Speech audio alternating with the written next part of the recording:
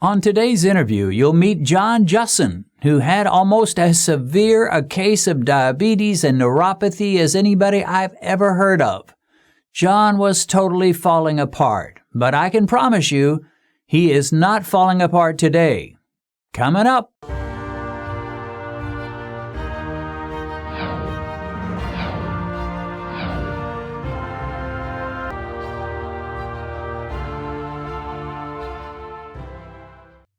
Before we get to the interview, I want to give you a heads up that next week I'll be posting a video on Thursday rather than Friday, which of course is Christmas Day. Benedict and I will have a special Christmas video, so watch for that next Thursday, not Friday as we usually do. Well, folks, I am happy to have with me a Californian, a man by the name of John Jussen. John, welcome to Beat Diabetes.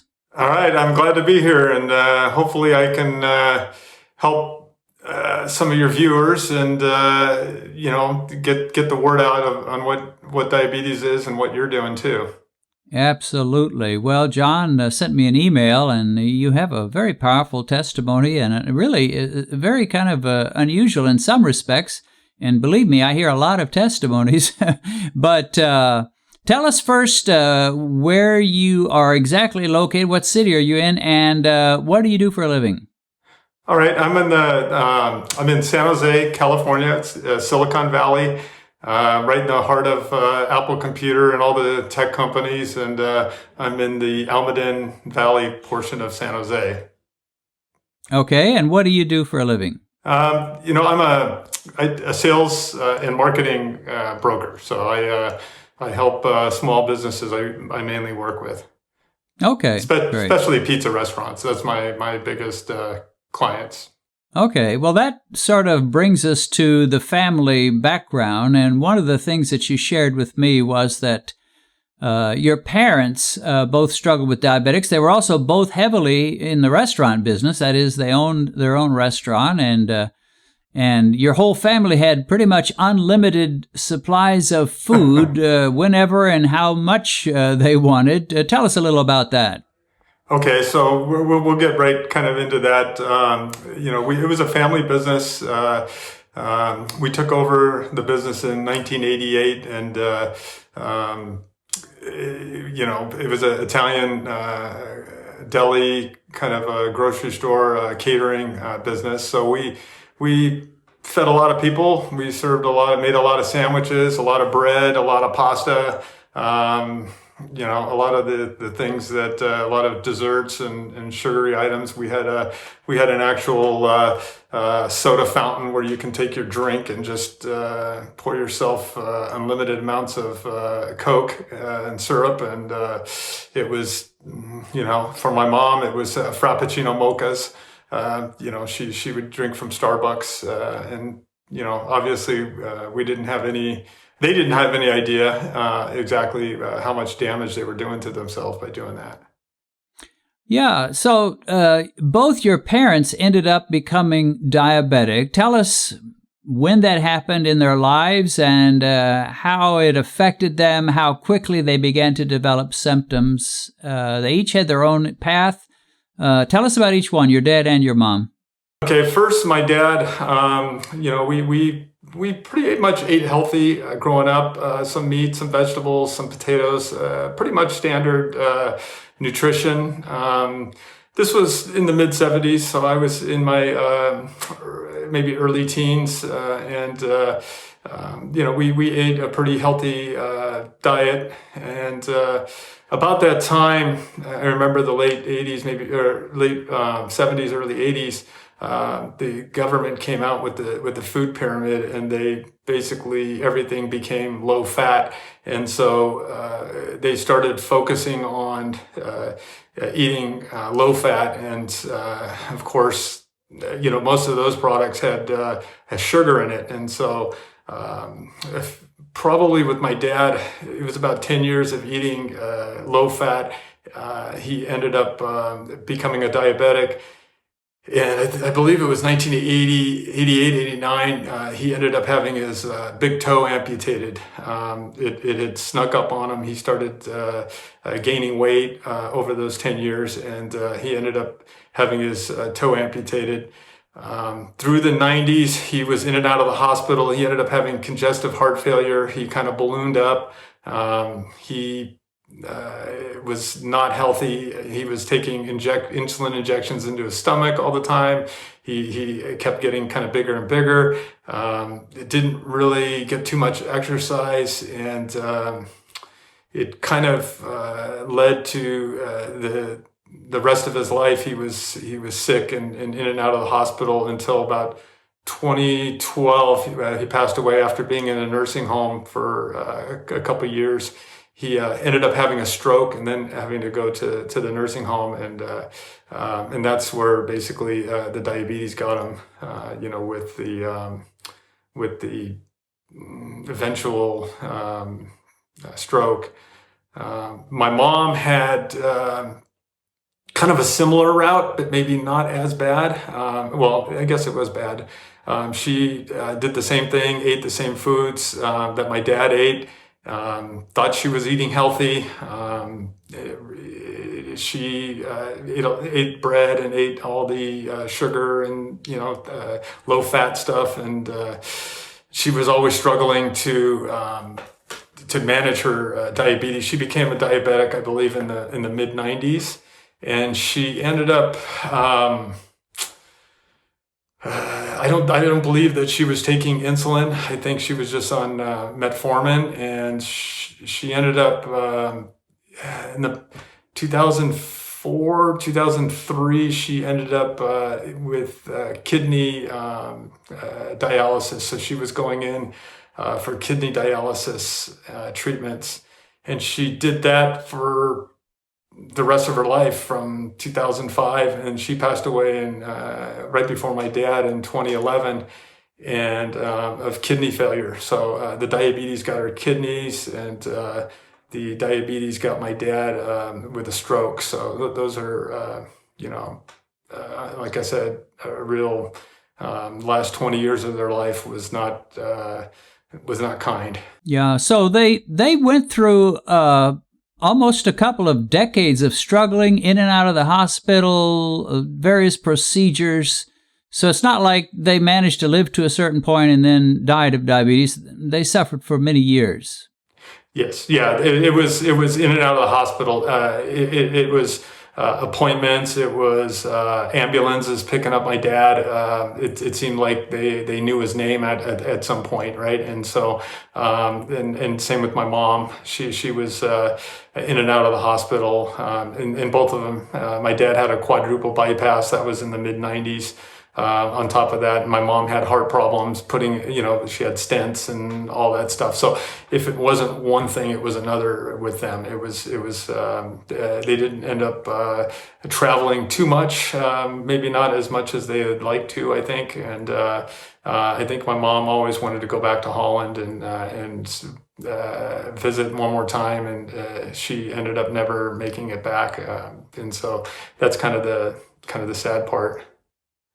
Sure. And with your mom, now she was on dialysis for a number of years, and then finally you talk about her having kidney failure, but my assumption was that when you're on dialysis, your kidneys have already failed.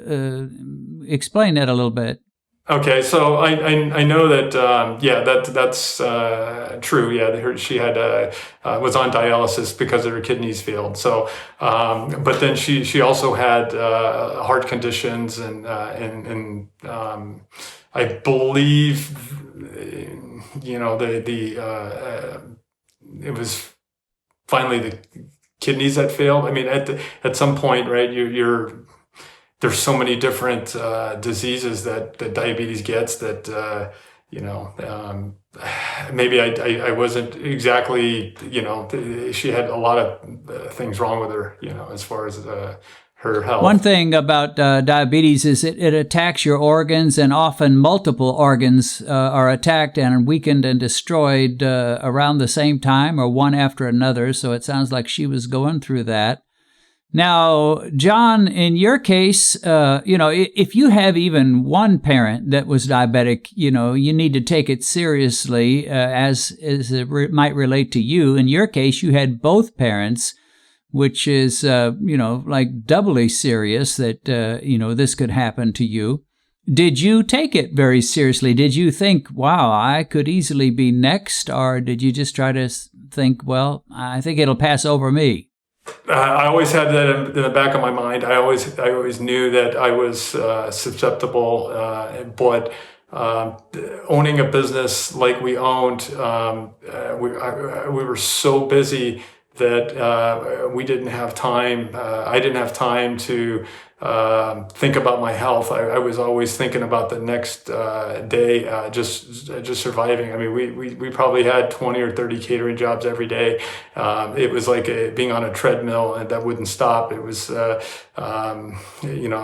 business didn't stop for anybody. And, for myself, I neglected my own health, but in the back of my mind, I always knew that yes, there is a possibility that that diabetes would get to me, and that I would be a diabetic and receive the same fate as my mom and dad. Yeah.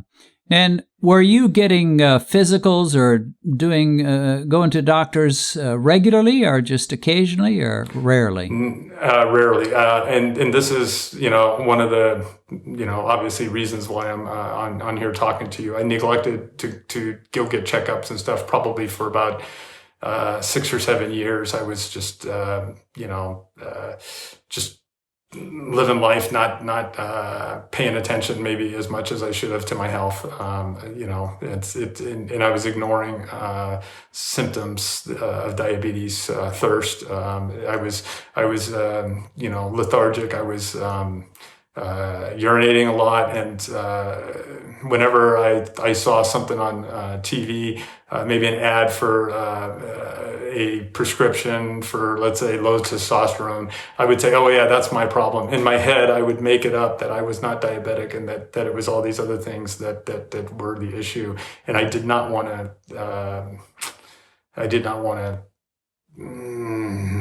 go get a checkup, because in the back of my mind, I believe I felt like that I would get that news. Yeah, so something drove you to the doctors, and you ended up in the hospital. Tell us about that. So, our health insurance, we were switching. We had sold the business, and so we were switching health insurance. And I wanted to get one last blood test before, we had changed insurance, and I did, and I had to go in because and do this because my both my toes were getting numb, and so they both got numb at the same time. So I knew that there might be an issue, and my expectations were that all I had to do was go see the doctor and tell him both my toes were numb, and that he'd give me a pill, and it would fix it. When you say both your toes were numb, do you mean all the toes on both feet, or just two particular toes? All at the same time. My left foot and my right foot, every single toe started to get numb. And this was overnight, practically, just very, very quickly, just came on, and suddenly you can hardly feel your toes. Yes. So it happened overnight, basically. After I ignored all these warning signs and symptoms, and it just all of a sudden one day, both toes, both sets of feet, all the toes became numb. And that was alarming. And so that's when I went in. Yeah, that would scare you. So you go to the doctor. Does he give you fasting glucose test, A1C, both? What? No. I went and took did a blood test, and it was I think I was like on Friday. On a Sunday afternoon, I was at my son's soccer party that he had. They won the championship. I get a call from the hospital saying that I needed to get in to see them right away. That was really alarming too, because when they call and tell you on a Sunday and tell you to come in, then you know that there's something wrong. So I went in, and basically they said that my A1C was 14.7. So that was my news that they gave me, and I believe they gave me some metformin and said, go ahead and they referred me to an endocrinologist to go on Monday, the next day, to go see the endocrinologist. So, John, when you heard the 14.7, did you have any idea just how bad that was, how serious that was, or did they impress that on you? I had no idea what that was. I mean, I had no idea what A1C was. I had, and I don't know exactly why I didn't study the diabetes before, but I think I was so busy with life, and I just never didn't know what a 14.7 was. Yeah. So, I can tell you that from all the people I communicate with and that tell me their stories, that's just about as bad as it gets. I mean, I've heard one or two higher than that, but not hardly many at all. So you were just about at the extreme range of diabetes. The doctor wisely sends you to an endocrinologist who is, normally trained as an expert in diabetes. And tell us what you learned and what was your communication from the endocrinologist. Okay, now some of this might be embarrassing, right, going forward, and so this is very kind of personal, and so I'm hoping my story will help other people out. But when I went in there, they basically told me right away that I was a diabetic, and the minute I sat down, the doctor spent maybe couple minutes with me and said, you're diabetic and you got major problems, and we're going to teach you what to do. And a nurse came in and she had all these different machines, and there was all kinds of equipment and all kinds of stuff. And so as I was processing the fact that I was a diabetic, I was in a deep fog. I was thinking about my mom dying. I was thinking about my dad dying. I was thinking about 20 years of in and out of the hospital. And so I was thinking about that. And while she was explaining to me how to use the prick your finger, and she gave me a little booklet to test my blood sugar and log it into the book. I checked it four times a day after 2 hours after I eaten, or an hour after I ate a meal, and so and she also gave me a insulin pen, and so they may have showed me how to use all this stuff, but like I said, I was kind of in the dark on all that, and I kind of knew instinctively, because like in the early 2000s, in order to lose weight, I knew that the Atkins kind of diet was, people were losing weight, and I had this feeling that that was a diabetes kind of diet. So since I already kind of knew what that was, low carb, I said, okay, I'm going to go low carb, and I'm going to just do the Atkins diet. So that's that day I went home, and that's exactly what I planned for myself. Was checking my blood sugar, doing Atkins, and then logging it, and then injecting myself with the insulin that they told me to do. So you immediately thought back to the times that you used Atkins as a dietary aid, and you decided that must be that would have to be helpful in your diabetic conditions. You didn't really have much other information, hadn't read much, hadn't watched many videos about diabetes, but you did know a little bit about Atkins, right? Did you seek out any other information, or are you just stuck with what you knew about Atkins for a while? I just stuck with what I knew about Atkins. I really,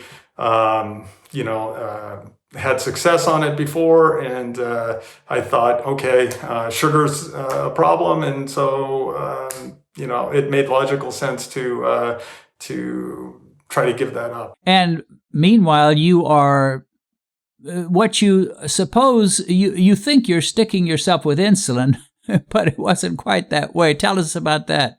Okay, so here we go. I ended up eating low carb, and then testing my blood sugars, and then I ended up with the first injection. I was at a restaurant and it was very traumatic. I went into the bathroom. I took the insulin pen and I jammed it in my stomach. I remember going, ah! And so I ended up looking at my stomach, had the red mark on it, and the whole bit, right? And went back to the group I was with, and that was my first experience. I kept over the next 2 or 3 weeks, I kept doing the same thing, and fortunately, all my numbers were going down, and not to the perfect range, but they were dropping significantly, and so.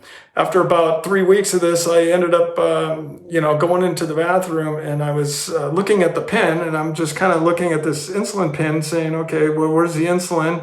And and why? How does this work?" And I went like this, and I pulled the plastic cap off the insulin pen. I didn't know that you had to do that. I thought the machine where you prick your finger, where it would go through the machine to prick your finger, it did the same thing. And so basically for about 3 weeks to a month, I was stabbing myself in the stomach with a plastic cap. And so it's embarrassing, right? It's very embarrassing, right? Yeah. And so I probably just should have not told anybody, but I think it's important enough to tell everybody that, all my blood sugar numbers were dropping when I was sticking my plastic cap in my stomach while eating low carb. Yeah, that's the irony of it, John. You're watching your numbers going down, probably thinking, well, this insulin really works. Yeah. And you've been doing it for like several weeks, and the numbers are going down steadily, and you're just happy about that and thinking, it's a good thing I'm taking this insulin. And then you find out you haven't given yourself any insulin at all, and it was all the low carb eating and the giving up of a lot of sugar and junk carbs that has done it. So in a way, it's cool, and it's a powerful testimony to the low carb diet that it works, even in your case without the insulin, it was doing its job. Yep, it was. And so at about that same time, I was really concerned about my numbness in my feet. And it was starting to get worse. I was getting electrical shocks, very painful. My feet were burning, like when you walk over the sand at the beach and it's really hot. That's how my feet felt, and so it was getting worse and worse, and especially at night when I couldn't sleep. And so I went back to the doctor. She basically said, okay, let's take you off the insulin. Go ahead and take metformin. Let me give you gabapentin. And so I was looking at the gabapentin side effects and thoughts of suicide and, all this side effects didn't really jive for me, so I didn't take it. And I made a decision that I would, instead of taking that, I felt, since my problem was I couldn't sleep, that I would take a sleeping pill. And so that actually solved the problem of me being able to sleep. So I took an over-the-counter sleeping pill for the next 7 years, every night, so I could sleep. Well, that is obviously not the end of John's story, but that's all the time we have for today. I'll be sharing the rest of the story and the interview on Tuesday's video. So be sure and watch for that as we discover how John Jussen experienced wonderful relief and amazing victory over diabetes. John represents just one more example of someone who truly beat diabetes. Be sure and give this video a thumbs up if you appreciated it so YouTube will promote it to other diabetics. God bless and see you again soon.